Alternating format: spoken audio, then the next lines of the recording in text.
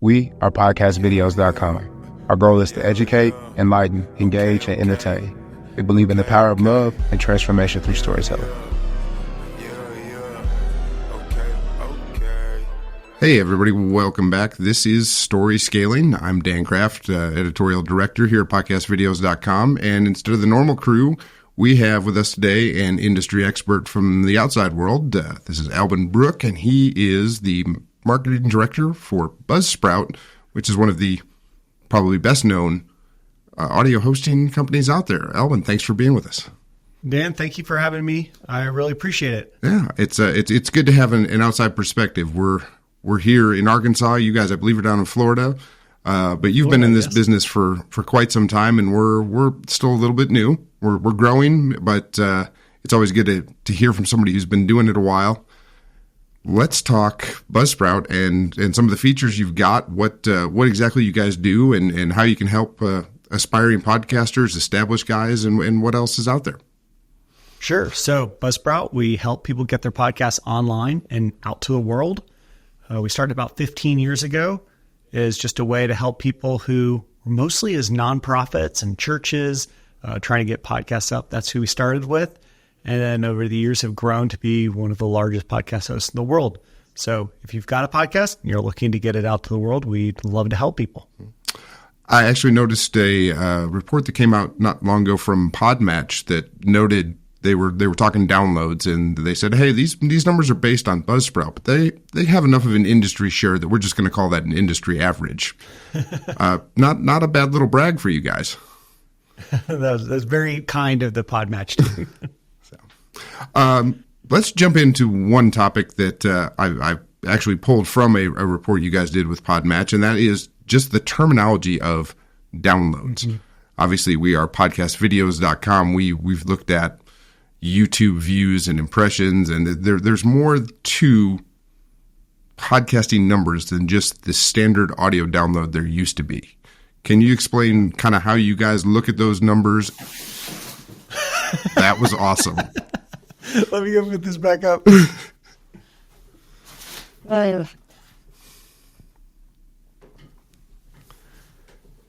There's no wind in here. I don't know what's going on. The sprout was not buzzing; it was falling. The collapse sprout. Yeah. So, yeah. Well, we'll start that one again. Do you want to give me that question again, or you want me to jump into it? Go for it if you think you're ready. Sure. Well, I always like to start with all the other measurements that we have, because as soon as we start talking about downloads, it makes more sense in the context of what everybody else is doing. So in the old days, we used to have hits on websites. That was just like how many times somebody had opened up that website. Mm-hmm. Now we talk about views on YouTube.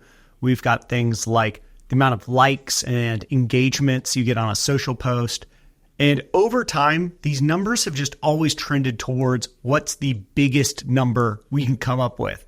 So TikTok, I think, is like the biggest of the big. They're like, oh, as soon as there's like half a second of view on this TikTok, then we're counting it as a view. And that's like the main thing we're going to share is how many times someone's viewed it. And I think we're kind of just getting to a place where everyone wants to inflate the numbers as much as possible. But with podcasts, we are sharing downloads, and those downloads are actually pretty filtered even by the time we start reporting them. So we're going to identify bots, pull them out. We identify that maybe the same person downloaded this episode multiple times. We're going to pull those out. So doing quite a bit to try to filter it down to these are what we think to be legitimate downloads. People are really downloading with the intent of listening to this podcast. So you're trying to identify intent and actual usage of the download or the view, as opposed to just the quick hit where it may have just blown across their screen momentarily. If there was stuff we could do to figure out, this person is planning to listen to it, we would love to incorporate that as well. That is not brought in. But if I see you downloaded this episode twice on your phone, I'm looking at that, we're looking at it on the back end going, okay, same IP address, same user agent, right back to back. Obviously, that's the same phone doing it twice. No way they meant to download this twice. We're only going to count that once. Realistically, that's one. Yeah. Right. And But unfortunately, what we don't have is what we really, really want to know, and that's listens. Yes. How much time does someone listen? And even better than that would be, how much were they actually paying attention? That could only happen if we were in the room. But everybody is trying to figure these things out. The best data really comes from places like Apple Podcasts, because they see the download happens. That's the Buzzsprout side. But Apple can actually look at it and see, oh, they clicked play and they listened to 40% of the episode. All right, we're pretty sure this person was engaged. They might take action based on listening to that episode. So I always like track downloads as a whole, because that's the best data that we can get on the podcast hosting side. But then I love diving into Apple Podcasts, Spotify, sometimes different apps, and getting more information about how many people are not just downloading, but are also listening and seem to be engaged with the episode. Mm-hmm. And YouTube will show you how long you've retained listeners / viewers, if that's what you want to call them. New words coming out every day. But statistics are incredible for that. Be able to see somebody stuck around for 12 minutes and then everybody seems to drop off. You can dive into, okay, why are people dropping off right here? Oh, that's where I did like a lengthy ad break that wasn't really related. Mm-hmm. And so you can realize, okay, these are things that I want to make sure I do to keep retention high, and other things I can do to avoid audience drop off. Mm-hmm. And the one advantage you guys have is because you're on the audio side, you're only worried about the intent to listen. You get into YouTube and you wonder how many of them are actively watching it. Are they passively watching or really not paying attention to the video side and just using it as a new audio platform? They have a few more questions to answer, and analytics just becomes the next big thing to try and really drill down into for business here. And I would say from the marketing side, it is always good to be paying attention to these stats, because you're wanting to check the trends. Are we moving in the right direction? Are we moving in the wrong direction? But I never take them as gospel, because every stat has multiple caveats, and you just may not know what they are. Yeah, it's a YouTube video, but sometimes people put on a YouTube video and they walk out of the room. Mm-hmm. There's a restaurant in town that I know they just play YouTube videos up on the screen. So that's not a normal view. That's actually like 12 people might be watching that video. So it's actually higher. And every stat has got some of this going into it. But what I want to see is, okay, from the stat I have, downloads, to the stat I really care about, revenue from the podcast or whatever the goal is for the podcast, I'm tracking two things. I'm tracking the goal, the conversion rate, and those downloads. And I'm kind of just watching them, trying to make sure, hey, we're moving in the right direction, and running little experiments to see, can I nudge these numbers in the correct direction? Sure.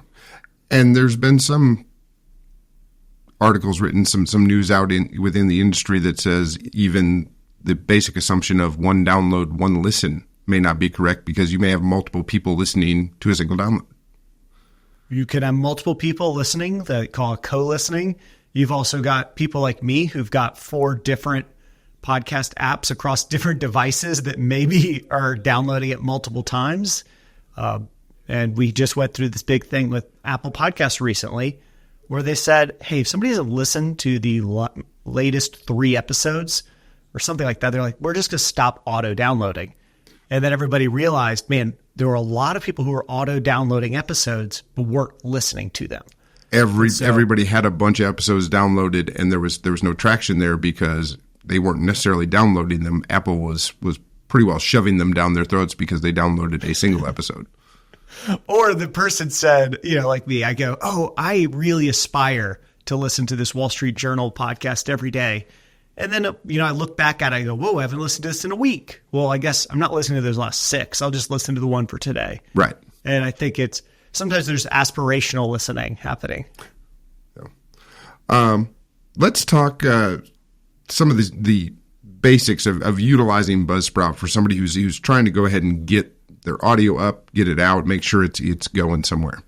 And just in terms of getting audio or audio video files into Buzzsprout, I noticed you guys we can drop a video file in there as long as it's under, I believe, 6 gigabytes, and it will extract the audio that way too. That's a nice feature for well, depending on what you're recording in, you know how long a podcast you can do where you would need to drop an audio only file versus a video. But what are some of the hiccups or roadblocks you see to people trying to get set up and get their audio uploaded?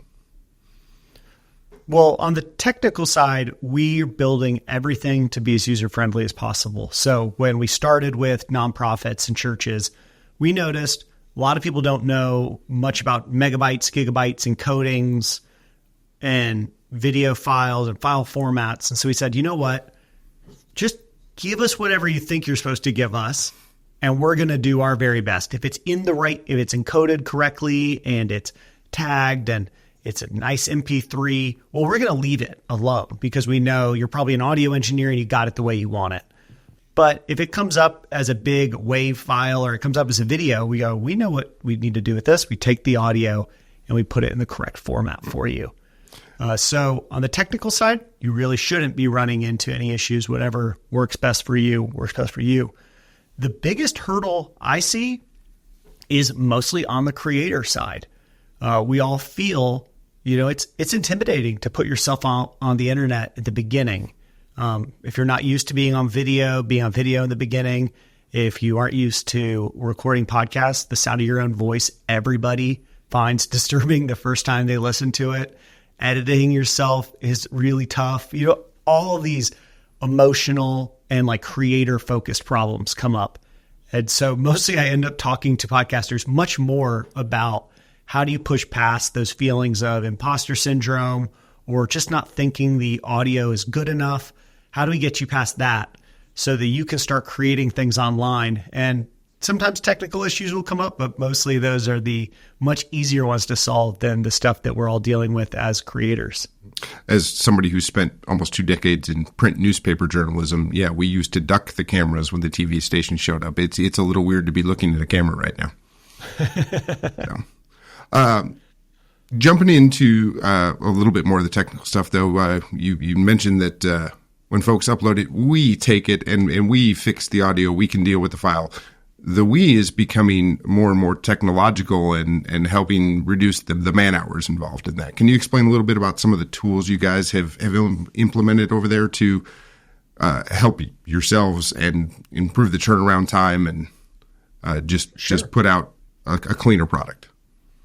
Yeah, so we've been podcasting for a long time. I've run a show for Buzzsprout called Buzzcast for the last 5 years. And a lot of the people on the team have podcasts of their own. And we're constantly using our own product. And one of the things that came up for me was once we were done with an edit, it was really painful then to go and re-engage with the episode and go, okay, where should chapter markers be? Well, mostly what would happen if I thought where should those markers be, I'd go, forget it. I'm not going to go recheck the whole episode. And then I think, what should the title be? And I'd come up with something really boring because I didn't really want to go and try to be creative again and re-engage. And so we built Co-Host AI, which would transcribe the episodes. It would find chapter markers. It would come up with social posts. It would come up with title ideas. It would do all sorts of work for you. And sometimes you aren't going to pick the exact title, but of all the ideas we give you, you'll see some and go, oh, those are pretty good. I like those ideas.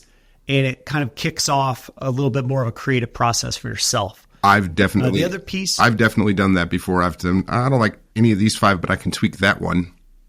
And it's 10 seconds worth of work instead of 10 minutes of struggling to come up with something. It's funny. I didn't expect this to happen until really all these large language models came out. I always thought I'd be really good at the creativity part and I'd come up with the first thing and something else would polish it. And I found it to be most often flipped now. I'm asking, AI or something like Co-Host AI, hey, give me a bunch of ideas. And now I'll be the curator. I'll figure out which ones feel right. And mostly when you see something that's wrong, you very quickly go, that's wrong. But now I know what the correct answer should be. Now I can put that in as the title. Very the next much one agreed. Is magic mastering. So for a lot of podcasters, You've done all the work. You've come up with a topic. You've researched it. You've recorded it. You've become a part-time editor. You've become a part-time podcast promoter. And at least one piece that we knew we could help with was mastering, getting audio levels right, cleaning up audios, removing background noise. And so we built Magic Mastering, which will do all of that for you to make your audio sound as crisp and clean as possible. So when we're fixing the file type, we'll clean up the audio, and then we'll give you ideas for what your description and your titles and everything else should be. Try to just simplify that last bit of podcasting to make sure once you're done with that edit, we're ready to take you to the next level. And the other thing it's saving people is a lot of time on the post-production, post-recording side of things. This is you not only having to learn how to edit, but then go back and go through the episode, level everything out, check your... This brings a turnaround time from recording to the ability to upload it and put it out on the web. Huge reductions. Yeah, and I mean, what I see very often is somebody says, all right, I'm an expert in some topic area. Maybe they are an expert with houseplants and they're really good at helping you grow plants for your home. They're not an expert in talking online, creating content, marketing content, podcasting, figuring out mics, all of that. And unfortunately, they do need to become pretty good at, or at least learn how to do a handful of those things. Mm-hmm. As many as we can take off of their plate, the more we improve the chances that they will get a podcast out to the world at the end. And we want to make sure that that's as simple as possible, because we don't just want them to show up for one episode. We want to be their partner for the next 100 episodes, where they're continuously getting better at their craft. They're putting out more podcasts. Even after the initial hype of, okay, I'm doing a new thing, once that's worn off, we want to make sure this is an easy process. So getting an episode out every week really isn't burdensome. And we've found that to be very, very true. In fact, it helps us a lot to be able to just pop them, bring them back from the editors, drop them in, and they're pretty well ready to go. You spend about 5 minutes tweaking whatever you need, scheduling it out. Scheduling it out is wonderful for a place like podcastvideos.com, because we're working with multiple shows, different release days and dates and times, and it really helps us stay ahead of the game. That's awesome. So, let's talk a little bit about fan mail. Fan mail is actually how you and I started corresponding, thanks to Tom Hanks.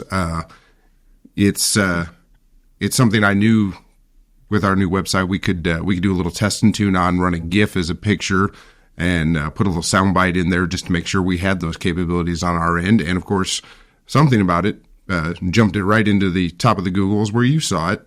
Talk a little bit about fan mail and the idea that we're bringing email directly to the same account that they're hosting the show out of. Sure. So the idea with fan mail, we experienced this ourselves. You know, we were constantly trying new things. How do we get our customers or our listeners for our podcast? How do we get our podcast listeners to interact with the show?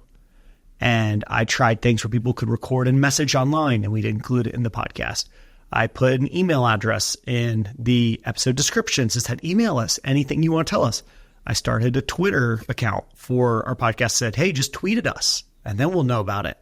We tried stuff with sending us boostograms, which were like using crypto payments to send messages. We would try any and everything that was out there. And at the beginning of the year, we were talking about how to reach the show. My co-host and producer, Jordan, kind of lists off the 12 ways somebody could message the show. And our other co-host, Kevin, goes, man, we've got to figure this out this year. And I had noticed more and more marketers start using text messages to reach people, because all of our inboxes, especially for email, had gotten flooded. Social media was flooded. Everything seemed to be totally saturated. But one thing that, at least for me, has been only ever for friends and 100% read and 100% respond rate has been my text messages. I always read them. If it's ever something I don't want, I unsubscribe immediately. But most of my friends, that's how we chat. And so I went, I signed up for this service called Slick Text. where I could have a number and message with people. So let's put that in our show notes. And immediately we knew we had something, because if you think about the way podcasts work, people are listening on their phone and they're hearing something and you say, hey, tell us your experience with whatever our topic is, share your perspective.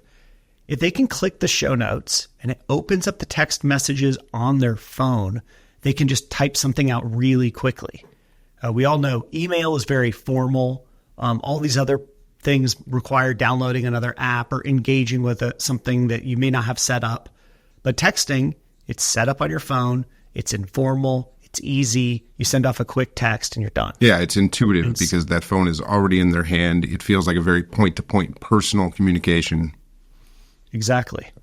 Cool. And if you ever have like a typo in an email, you feel embarrassed, but a typo in a text is totally fine. Sending 4 texts back to back, you don't feel that weird about it. You would never do that though on email. Sure. And so there's something about the relationship. It just felt way more low risk. And we saw that come through in the numbers. All of a sudden we started getting lots of messages. And so pretty quickly we said, all right, this is something, let's build it into Buzzsprout. Very cool. And so now anybody who turns fan mail on for their podcast will get a little link in their show notes. And if any of their listeners click that link, they'll send a text and we will route that text to the podcast that they're trying to reach so podcasters can hear directly from their audience. And so far, it's just been like a ton of fun. If people who are messaging me, I've got a few of them on my phone today that are saying, things about the episode or sharing their feedback. And we're able to connect tons of podcasters with their audience who are already listening. Alban, thanks for joining us here at podcastvideos.com. You've been a great guest for story scaling and are the first of our outside industry experts. Hopefully we'll have a chance to talk again. Thank you, Dan. I really appreciate it.